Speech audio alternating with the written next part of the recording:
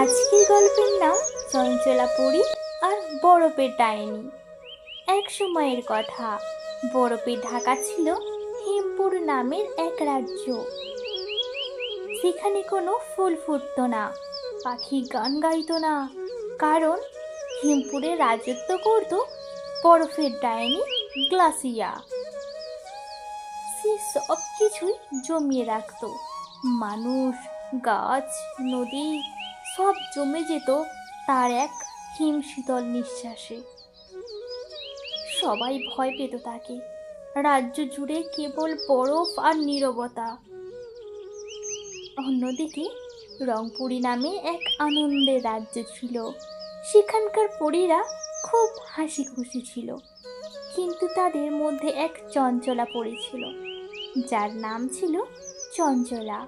সে কোথাও স্থির থাকতে পারত না, সব সময় নতুন কিছু দেখতে চাইতো। একদিন চঞ্চলা পরী উড়ে উড়ে এসে হিমপুরে ঢুকে পড়ল। দেখলো পুরো জায়গা সাদা বরফে মোড়া, কেউ হাসছে না, খেলছে না। সে অবাক হয়ে ভাবলো, এ রাজ্য এত নীরবতা কেন? তারপর সে একটা ছোট্ট ফুলের বীজ বের করলো এবং তার জাদু দিয়ে বলল, হাসো ফুল, হাসো আলো, গরম হাওয়ায় দাও উঁচু ভালো। তা শুনে জমির ওপর এক ছোট্ট নরম আলো উঠলো, আর সেখান থেকে ফুলে উঠলো একটা হলুদ রঙের ফুল। এই দেখে বরফের ডাইনি রেগে গিয়ে হাজির হলো সেখানে। তুমি কে? আমার বরফের রাজ্যে এত রং আনছো কেন? চঞ্চলা তখন মুচকি হেসে বলল, আমি যেখানে যাই সেখানেই আনন্দ ছড়িয়ে দিই।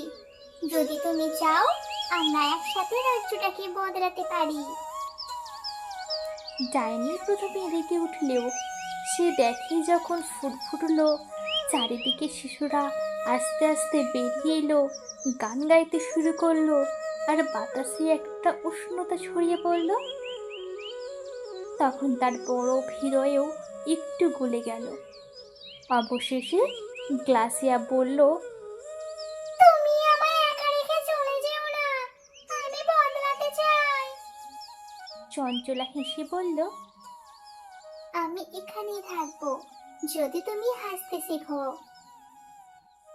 তখন থেকে হিমপুরে আর বরফ জমে না, বরং শীতে গরম চা আর আনন্দের গান শোনা যায়।